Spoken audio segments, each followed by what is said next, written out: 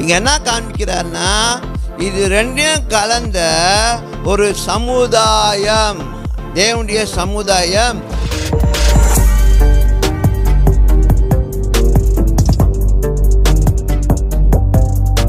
So it is basically building up a community.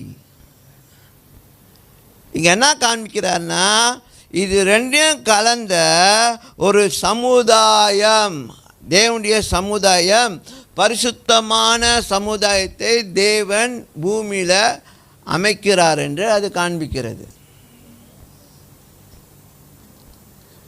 புரியுதா? So இது என்னோடய பிஸ்னஸ், என்னோடய வேலை, என்னோடய காரியம். எனக்கு டைம் இல்லை சர்ச்சுக்கு வரதுக்கு, எனக்கு டைம் இல்லை மினிஸ்ட்ரிலாம் இன்வால்வ் ஆகிறதுக்கு.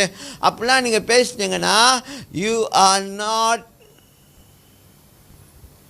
Into the design. நீங்கள் உங்களை இன்னும் அந்த அமைப்புக்குள்ளே கொண்டு வரல உங்களை. புரியுதா? இங்கே தான் we are talking about preparing ourselves.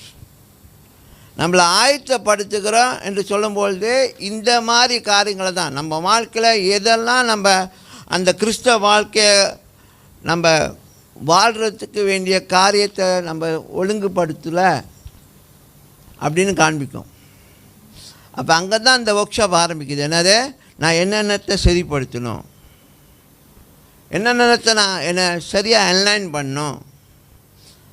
அந்த இடத்துக்கு வந்துட்டிங்கன்னா நீங்கள் எல்லோரும் ஊழியக்காரங்க.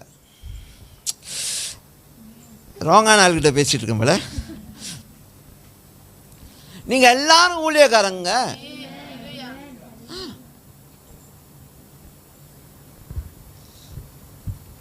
புரியுதா?